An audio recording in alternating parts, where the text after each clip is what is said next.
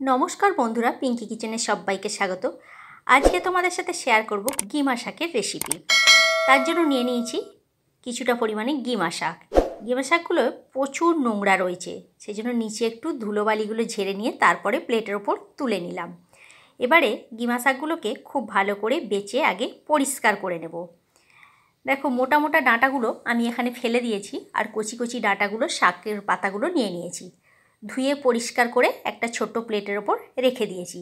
निये नियेछि एकटा मीडियाम साइजेर पेঁয়াজ कुचि और दुटो शुकनो लंका। एबारे आजके रान्नाटा आमि उनुने करछि। ग्यासटा आमार शेष हये गेछे, सेई जोन्नो उनुनेर मध्ये एकटा छोट्टो कड़ाई बसिए दिएछि, लोहार कड़ाई। तार मध्ये दिए दिएछि एकदम सामान्य परिमाणे एकटु सरिषार तेल। तेलेर मध्ये प्रथमे आगे शुकनो लंकागुलोके भेजे निচ্ছি। जे जेमन झाल खेते पारो से सेई अनुपाते लंकाटा एखाने व्यवहार करबे। आमी एखाने दुटो लंका व्यवहार करेछि। लंकाटा भाजा हये गेछे, एबार लंकाटा तुले निलाम। ओई तेलेर मध्येई पेঁয়াজ कुचिटा दिए दिलाम। पेঁয়াজটা देওয়ার पर हालका करे नाड़ाचाड़ा करे आगे भेजे निते हबे। आर एई गीमा शाकेर रेसिपिटा गरम भातेर साथे दुर्दान्त खेते लागे। देखो पेঁয়াজের कालारटा आस्ते आस्ते चेंज होते शुरू करे दिएছে। एबारे এই পর্যায়ে দিয়ে দিচ্ছি যে শাকগুলোকে আমি ধুয়ে পরিষ্কার করে রেখে দিয়েছিলাম, সেই শাকগুলো এবারে পেঁয়াজটার মধ্যে দিয়ে দেব। শাক তো বেশিক্ষণ সিদ্ধ হতেও সময় লাগে না, আর এটাতে জলের ব্যবহার হবে না। এবারে শাকটা দেওয়ার পর 3 থেকে 4 মিনিটের জন্য এটা নাড়াচাড়া করে ভেজে নিতে হবে।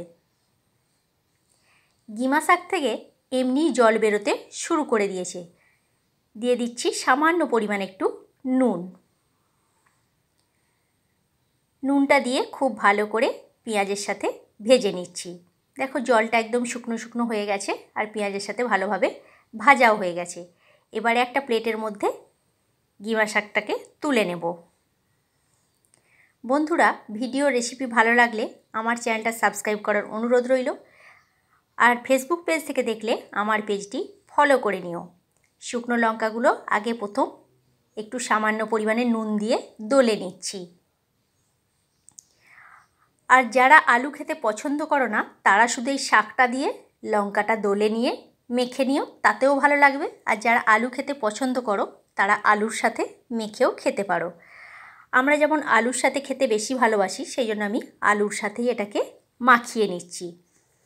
খুব ভালো করে দলে দলে মাখিয়ে নিচ্ছি। আর এইটা ভাতের সাথে দুর্দান্ত লাগে, আর শুধুও খেতে খুবই ভালো লাগে। দেখো মাখা হয়ে গেছে, পুরো একদম রেডি। চাইলে তোমরা ওপর থেকে একটু কাঁচা সরষের তেল দিতেই পারো। কেমন লাগলো এই রেসিপিটা অবশ্যই কমেন্ট করে কমেন্ট বক্সে জানিও তোমরা। আজকের মতো তাহলে এইখানেই, নেক্সট ভিডিওতে দেখা হচ্ছে।